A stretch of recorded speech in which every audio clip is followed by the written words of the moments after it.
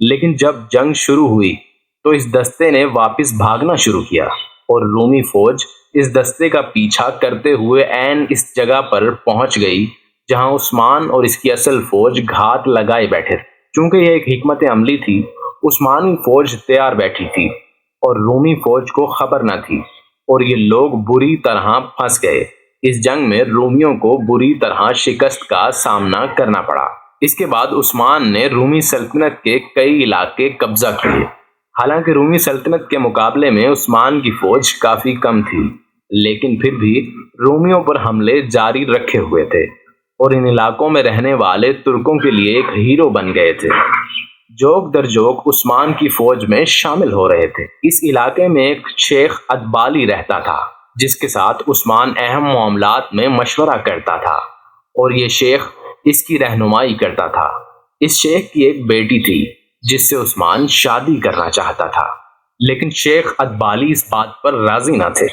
کہا جاتا ہے کہ عثمان نے ایک خواب دیکھا تھا کہ ایک چاند شیخ ادبالی کے سینے سے نکل کر عثمان کے سینے میں آ جاتا ہے اور پھر عثمان کے جسم سے ایک بڑا درخت نکلتا ہے جس کی شاخیں مشرق مغرب میں پھیل جاتی ہیں۔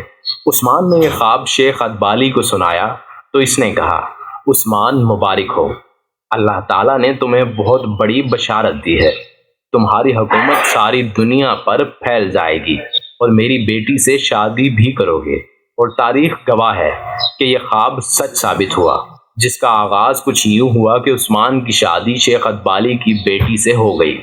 اس تعبیر کے بعد عثمان کے حوصلے بہت بڑھنے لگے تھے، جس کا نتیجہ یہ ہوا کہ 1317 عیسوی میں عثمان نے بازنطینیوں کے ایک اہم شہر بورسا کا محاصرہ کیا۔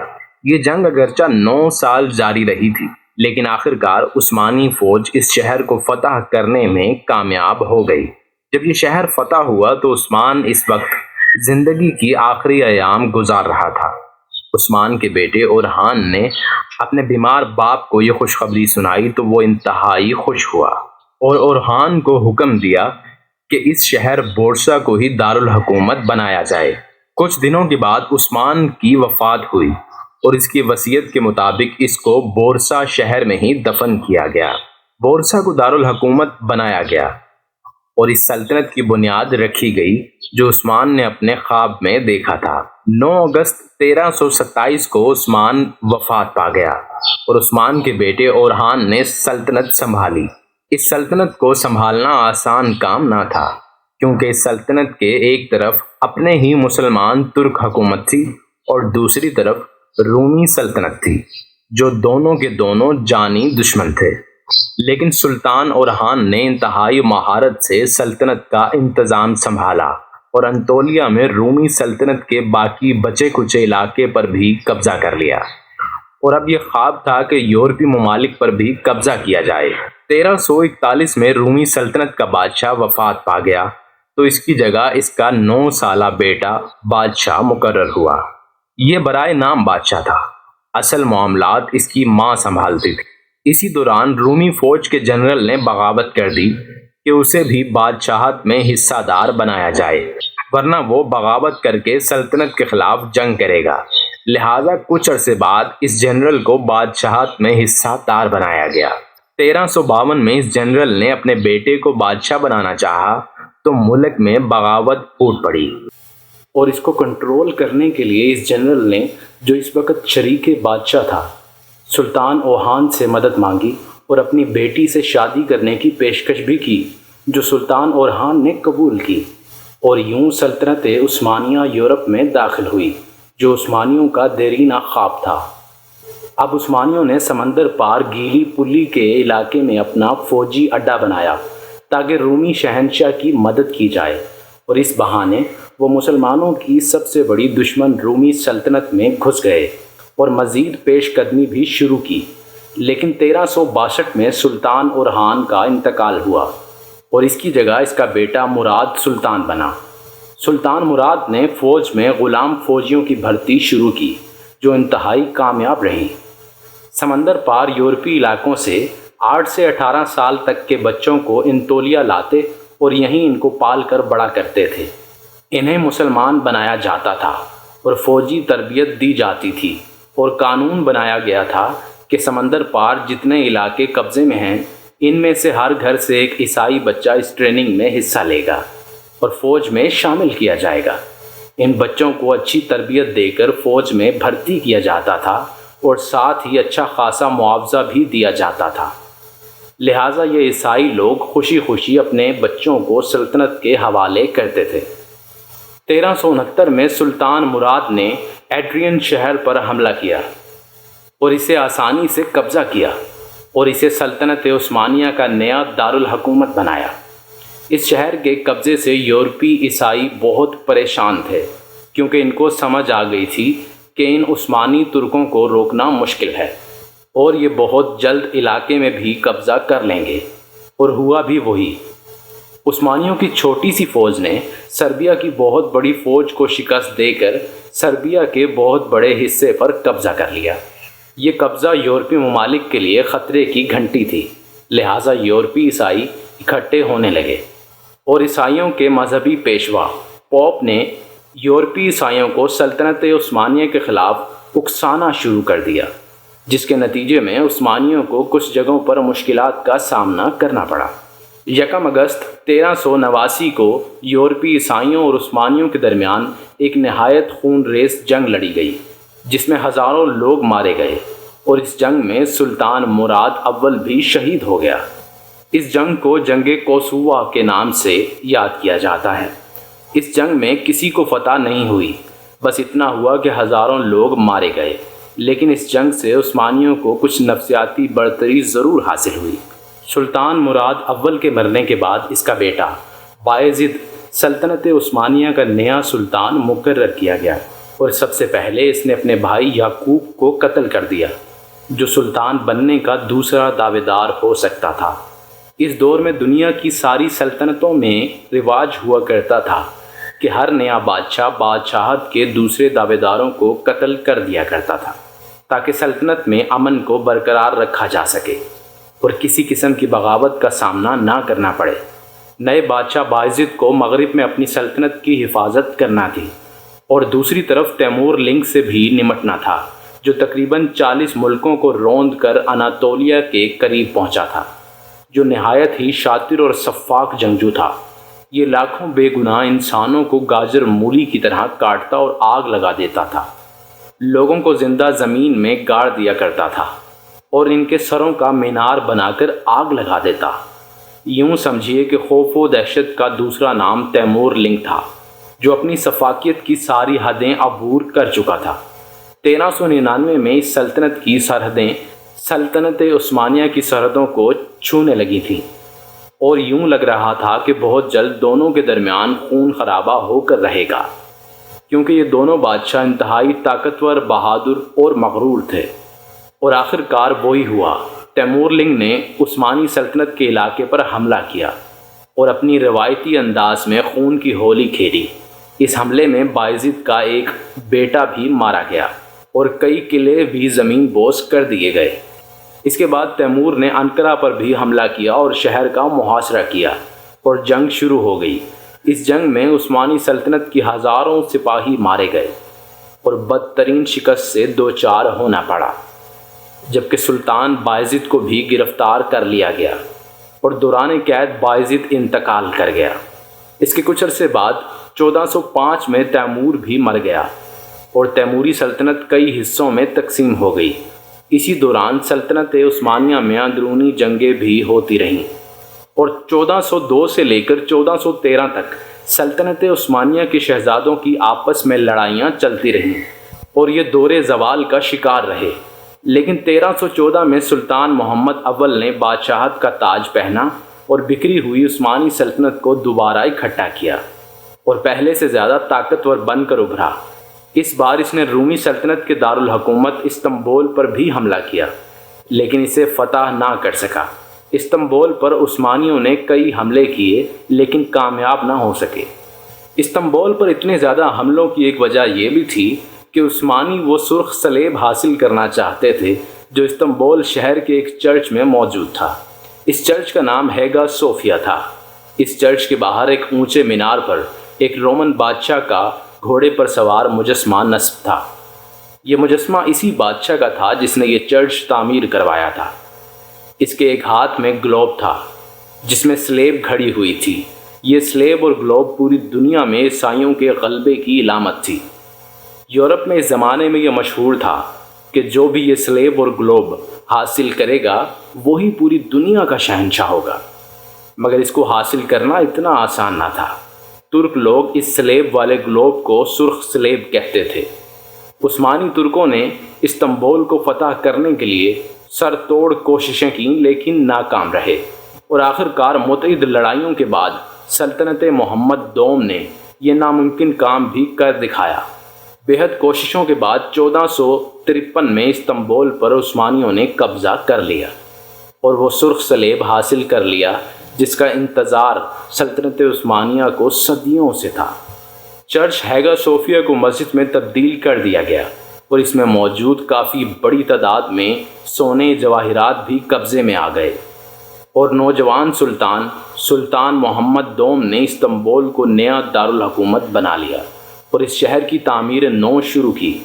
سلطنت محمد دوم کے دور میں بوسنیا کو بھی فتح کیا گیا تھا۔ یہ فتح 1463 کو ہوئی تھی اور اس کے علاوہ بھی کافی علاقوں پر قبضہ کر چکا تھا۔ 1478 میں انبالیہ پر بھی قبضہ کر کے سلطنت عثمانیہ میں شامل کر لیا گیا تھا، اور یوں 1481 میں سلطان دوم وفات پا گیا۔ لیکن اپنی وفات سے پہلے سلطان محمد نے سلطنت عثمانیہ کو دنیا کا سپر پاور بنا لیا تھا۔ سلطنت محمد دوم کے مرنے کے بعد اس کے بیٹے بائزید نے اقتدار سنبھالا، جو اپنے باپ کے مرنے سے پہلے ایک صوبے کا گورنر تھا۔ بائزید ثانی ایک کمزور حکمران ثابت ہوا اور اس کے بھائی شہزادہ جام نے تخت پر بیٹھنے کے لیے بغاوت کی۔ یہ بغاوت ناکام ہوئی، لیکن شہزادہ جام سلطنت عثمانیہ سے فرار ہونے میں کامیاب ہو گیا۔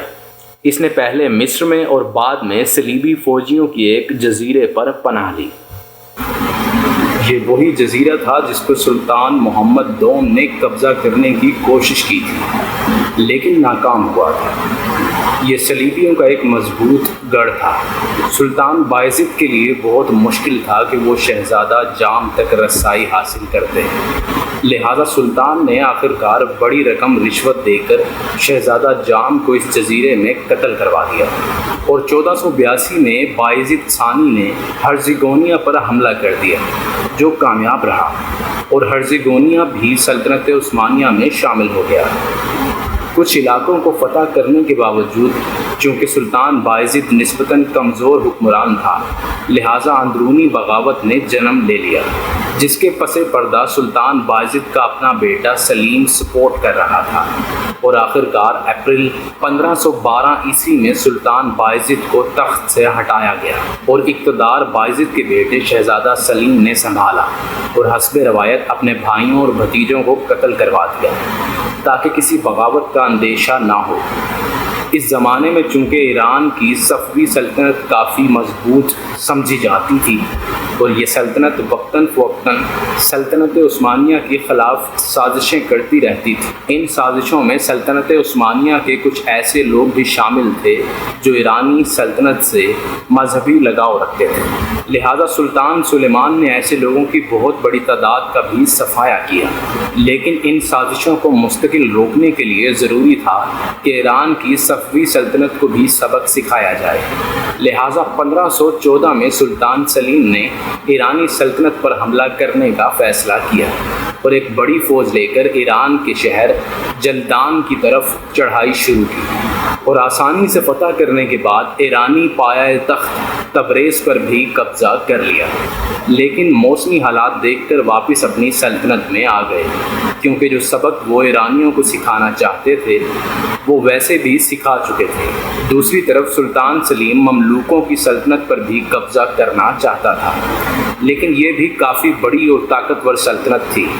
اس وقت مملوک سلطنت افریقہ، شام اور موجودہ حجاز مقدس تک پھیلی ہوئی تھی، اور مسلمانوں کی مقدس مقامات مکہ اور مدینہ بھی مصر کی اس مملوک سلطنت کی زیر اثر تھے۔ اس دوران مملوک سلطنت میں بغاوتیں شروع ہوئیں اور کچھ سرداروں نے سلطان سلیم کو خفیہ پیغامات بھیجے کہ اگر سلطنت عثمانیہ مملوک سلطنت پر حملہ کرے تو وہ عثمانیوں کا ساتھ دیں گے اور بدلے میں ان لوگوں کو دولت ملنی چاہیے۔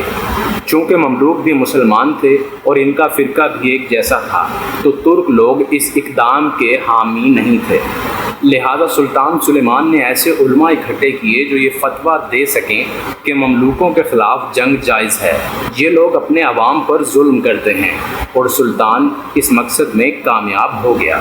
علماء نے اس جنگ کے حق میں فتوے دیے اور سلطان سلیمان کی راہ ہموار ہو گئی۔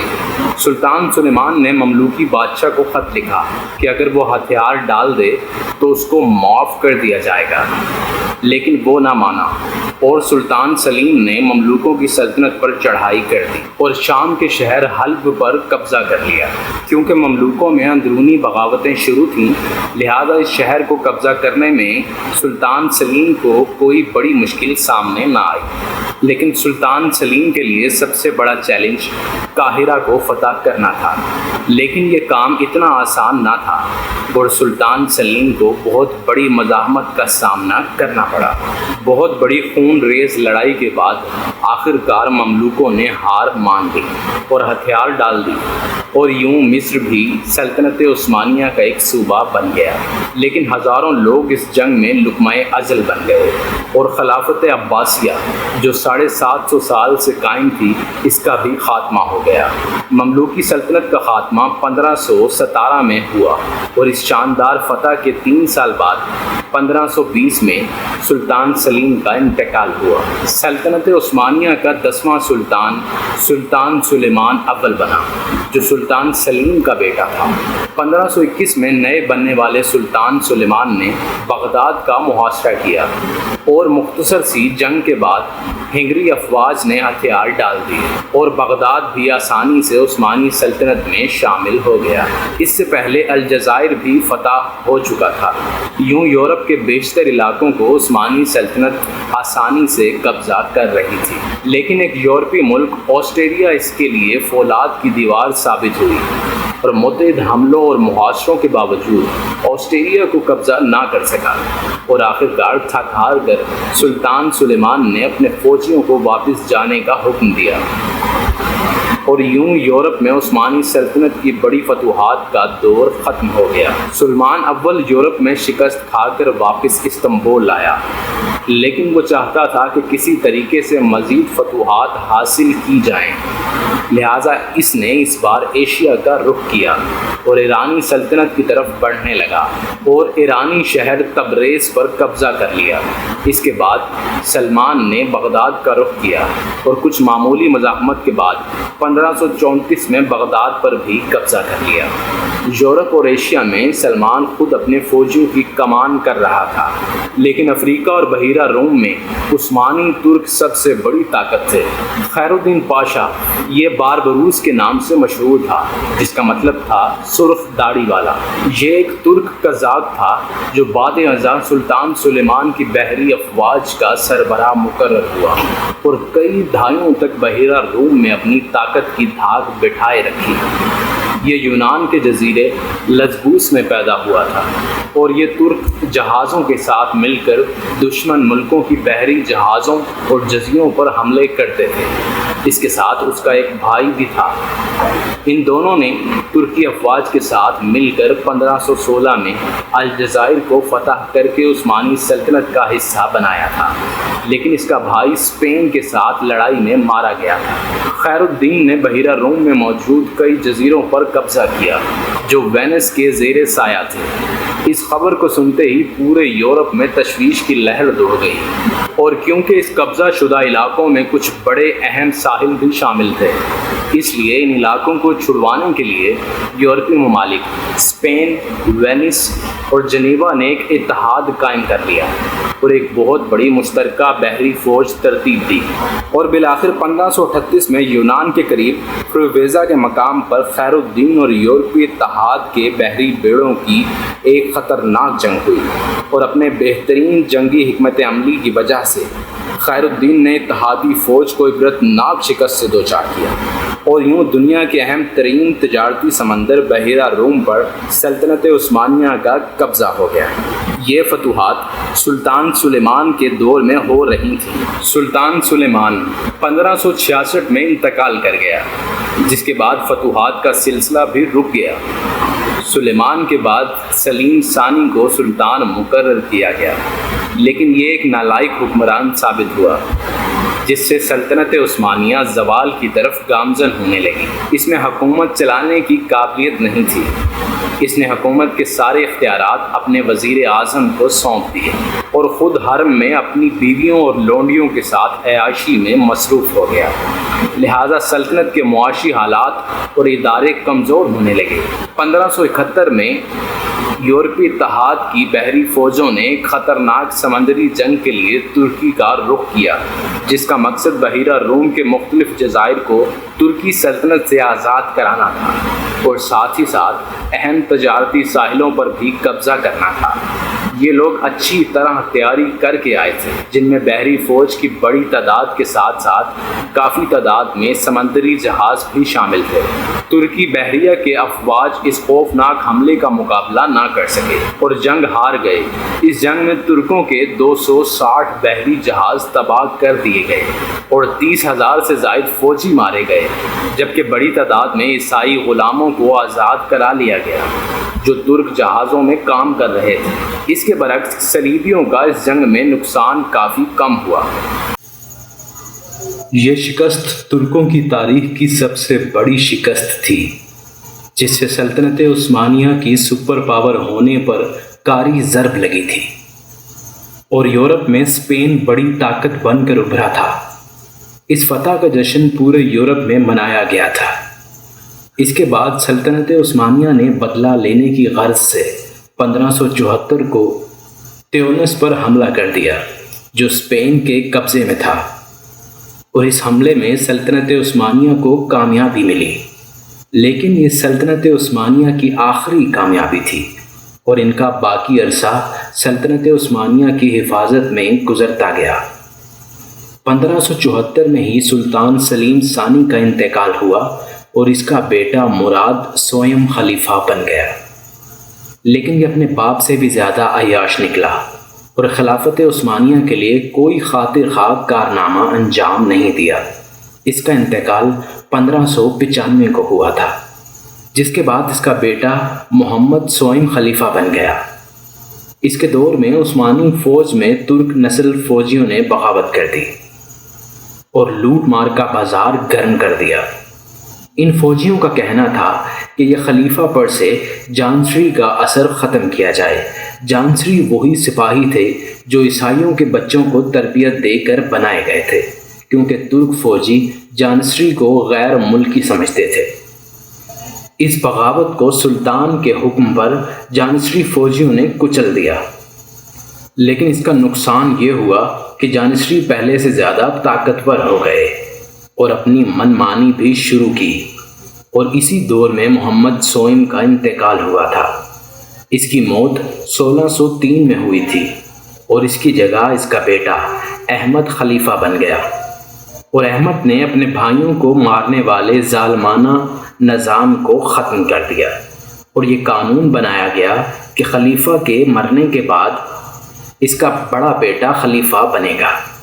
اس دوران سلطنت میں بے انتظامی اور کرپشن کا بازار گرم رہا۔ سرکاری نوکریوں کے لیے بڑی بڑی رشوتیں دینے لگے اور مختلف قسم کی بغاوتیں بھی سر اٹھانے لگیں۔ 1623 میں اس سلطنت میں ایک خلیفہ آیا جس کا نام مراد چہارم تھا، جو 12 سال کی عمر میں خلیفہ بنا تھا۔ یہ ایک بہادر اور ہوشیار خلیفہ تھا۔ اس نے کچھ سالوں میں سلطنت کو بغاوتوں اور لوٹ مار سے کافی حد تک پاک کیا تھا، لیکن یہ خلیفہ 1640 میں صرف 27 سال کی عمر میں وفات پا گیا۔ اس کے دور حکومت میں سلطنت عثمانیہ کے حالات پھر سے کافی بہتر ہو گئے تھے۔ اس کا اندازہ اس بات سے لگایا جا سکتا ہے کہ 1683 میں ترک فوجیوں نے ایک بار پھر ویانا کا محاصرہ کیا۔ یہ محاصرہ 2 ماہ تک جاری رہا اور پھر پولینڈ کی فوج ویانا کی مدد کے لیے آئی۔ شدید لڑائی کے بعد ترکوں کو پیچھے ہٹنے پر مجبور ہونا پڑا۔ ویانا کی کامیاب دفاع کے بعد ترکوں کے خلاف کھلی جنگ شروع کر دی اور مسلسل سلطنت عثمانیہ کے علاقوں پر حملے کرتے رہے۔ 1683 سے لے کر 1699 تک یہ جنگ جاری رہی، جس میں آسٹریلیا اور نے عثمانیوں کو کافی نقصان پہنچایا۔ 1699 میں ایک امن معاہدہ ہوا جس میں عثمانیوں کو ہنگری، کروشیا اور رومانیہ کے علاوہ بھی کئی علاقے، اور دوسری طرف سے روس نے بھی کچھ علاقے قبضہ کیے۔ 19ویں صدی میں یورپ کے بہت سارے علاقے ترکوں کے قبضے سے آزاد ہوتے چلے گئے۔ ترکی فوج معاشی لحاظ سے اتنی کمزور ہو گئی کہ اسے یورپ کا مرد بیمار کہا جانے لگا، اور پھر 20ویں صدی کے آغاز میں وہ وقت بھی آیا جب سلطنت ٹکڑے ٹکڑے ہو گئی اور خلافت ختم کر دی گئی۔ 1808 میں محمود ثانی نے خلافت سنبھالی تو خلافت کا زوال اور بھی تیز ہو گیا اور بہت سارے علاقے خلافت عثمانیہ سے آزاد ہو گئے، اور سلطنت عثمانیہ کی فوج میں موجود جانشری فوج نے بھی بغاوت کا اعلان کر دیا۔ اس بغاوت کو تو کچل دیا گیا، لیکن اس کے ساتھ ہی ایک عہد کا خاتمہ بھی ہو گیا۔ جانشریوں کو مکمل طور پر ختم کیا گیا، جس نے عثمانیوں کو عظیم طاقت بننے میں مدد کی تھی۔ 1853 میں روس نے خلافت عثمانیہ پر حملہ کیا تو برطانیہ اور فرانس عثمانیوں کی مدد کے لیے آن پہنچے۔ 1853 سے 1856 تک جاری رہنے والی اس جنگ کو جنگ کرمینیا کہا جاتا ہے۔ روسیوں کو زبردست شکست ہوئی۔ 1875 تک خلافت عثمانیہ بہت بڑی تعداد میں مقروض ہو چکی تھی۔ 1877 میں روس نے ایک بار پھر ترکوں پر حملہ کیا، اور اس بار خلافت عثمانیہ اکیلی تھی، اس لیے مقابلہ نہ کر سکے۔ سلطنت کے یورپی حصے ٹکڑے ٹکڑے ہو گئے۔ جب خلافت عثمانیہ میں ہر طرف تباہی اور بربادی پھیلی ہوئی تھی، اسی دوران نوجوانوں کی ایک بڑی تعداد نے بغاوت کا نعرہ بلند کیا، اور اس کی تعداد مسلسل بڑھتی گئی۔ ان لوگوں کی تعداد اتنی زیادہ ہو گئی تھی کہ یہ استنبول پر حملے کی تیاری کر رہے تھے، لیکن خلیفہ کو جب معاملے کی سنگینی کا اندازہ ہوا تو اس نے ان انقلابیوں سے مذاکرات کا فیصلہ کیا۔ ان انقلابیوں کے مطالبات میں قانون کی بحالی، سیاسی پارٹیوں سے پابندی ہٹانے اور انتخابات کروانا شامل تھے، جو مان لیے گئے اور انتخابات کروا لیے گئے۔ 1908 میں الیکشن ہوئے اور یہ ینگ ترک جیت گئے، لیکن ترک عوام کو یہ شک تھا کہ یہ ینگ حکومت یہودیوں کے اشاروں پر ناچتی ہے اور اسلامی قوانین کی خلاف ورزی کر رہی ہے۔ ان ینگ ترکوں نے خلیفہ عبدالحمید دوم کو موصول کیا تھا، اور کہا جاتا ہے کہ اس کے پیچھے بھی یہودی سازش تھی۔ اس کے بعد عبدالحمید کے بھائی محمد پنجم کو خلیفہ مقرر کیا گیا، جو ایک بے اختیار بادشاہ تھا۔ 1912 میں اٹلی نے سلطنت عثمانیہ کے علاقے اور طرابلس پر قبضہ کر لیا۔ سلطنت کے کئی علاقے دشمنوں کے قبضے میں جا رہے تھے، اور ملک میں افراتفری کا عالم تھا، اور معاشی نظام تباہ و برباد ہو گیا تھا۔ اس دوران پہلی جنگ عظیم بھی شروع ہو گئی، اور جنگ سلطنت عثمانیہ کی آخری جنگ تھی۔ اس جنگ میں سلطنت عثمانیہ جرمنی کا ساتھ دے رہی تھی۔ جنگ عظیم کے شروع میں ترک افواج نے روس پر حملہ کیا، لیکن بری طرح ناکام ہوئی۔ اب باری تھی اتحادی افواج کے جوابی کارروائی کی۔ فرانس اور برطانیہ نے سلطنت عثمانیہ کو ختم کرنے کے لیے استنبول پر حملہ کرنے کا منصوبہ بنایا اور گیلی پلی پر حملہ کر دیا، لیکن یہاں پر اتحادی افواج کو شکست ہوئی اور کافی جانی اور مالی نقصان ہوا۔ اس کے علاوہ اتحادی افواج کا ایک بڑا حملہ عراق پر بھی ناکام بنا دیا گیا۔ بغداد پر حملہ کرنے والی برطانوی فوج کو بری طرح شکست ہوئی اور بالآخر ہتھیار ڈالنے پر مجبور ہوئے۔ اس کے بعد برطانیہ نے لڑنے کے ساتھ ساتھ سازشیں بھی شروع کر دیں تاکہ لوگوں کو سلطنت عثمانیہ کے خلاف اکسایا جائے، اور یہ طریقہ کامیاب رہا۔ موجودہ عرب کے کچھ ممالک میں بیٹھے سلطنت عثمانیہ کے نمائندوں کو اپنے ساتھ ملایا، اور یہ علاقے عثمانیوں کے ہاتھ سے نکلنے لگے۔ ان سازشیوں میں ایک کا نام تھامس لارنس تھا۔ تھامس لارسن آج لارسن عرف عربیہ کے نام سے مشہور ہے۔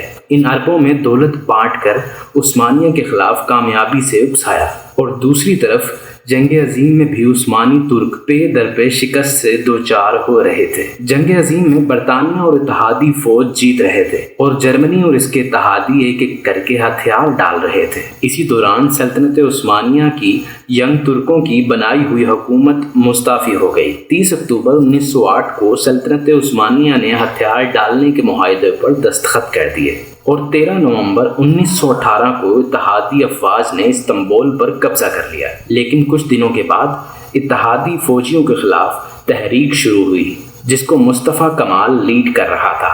اس نے اتحادیوں کی بنائی ہوئی حکومت پر زور ڈالا اور نئے الیکشن کروائے، جس میں مصطفیٰ کمال جیت گیا۔ لیکن اتحادیوں کو یہ حکومت پسند نہ آئی اور اسے ختم کر دیا۔ مصطفیٰ کمال انقرہ چلا گیا اور نئی حکومت بنائی۔ اب ترکی میں 2 حکومتیں تھیں، انقرہ میں مصطفیٰ کمال کی اور استنبول میں اتحادیوں کی بنائی حکومت تھی۔ ترکی کے زیادہ حصے میں مصطفیٰ کمال کی حکومت تھی۔ اسی دوران ترکی پر یونان اور ارمینیا نے دونوں طرف سے حملہ کر دیا۔ چونکہ اتحادیوں کا خیال تھا کہ اب ترکی مکمل طور پر ٹکڑے ٹکڑے ہو جائیں گے، لہٰذا انہوں نے استنبول میں موجودہ حکومت سے دباؤ کے تحت ایک معاہدہ کروایا۔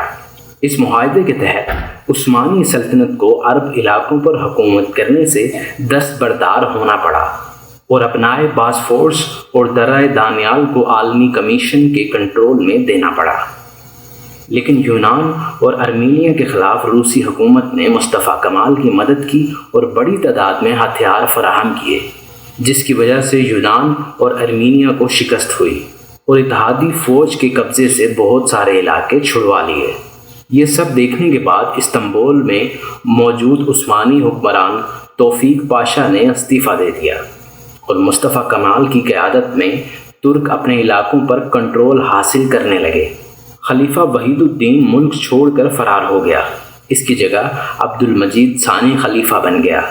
24 جولائی 1923 کو اتحادیوں اور ترک انقلابیوں کے درمیان سوئٹزرلینڈ کے شہر لوزان میں ایک معاہدہ ہوا، جس میں طے پایا کہ خلافت عثمانیہ کو ختم کیا جائے اور ترکی موصل کے علاقے سے دستبردار ہو جائے۔ اس کے بدلے میں اتحادیوں نے ترکی کے سارے علاقے خالی کر دیے۔ 23 مارچ 1924 کو سلطنت عثمانیہ کو ختم کر دیا گیا۔ آخری خلیفہ عبد المجید ثانی فرانس چلا گیا اور زندگی کے آخری ایام وہیں پر گزارے، اور یوں سلطنت عثمانیہ کی 625 سال پر محیط سلطنت کا خاتمہ ہوا۔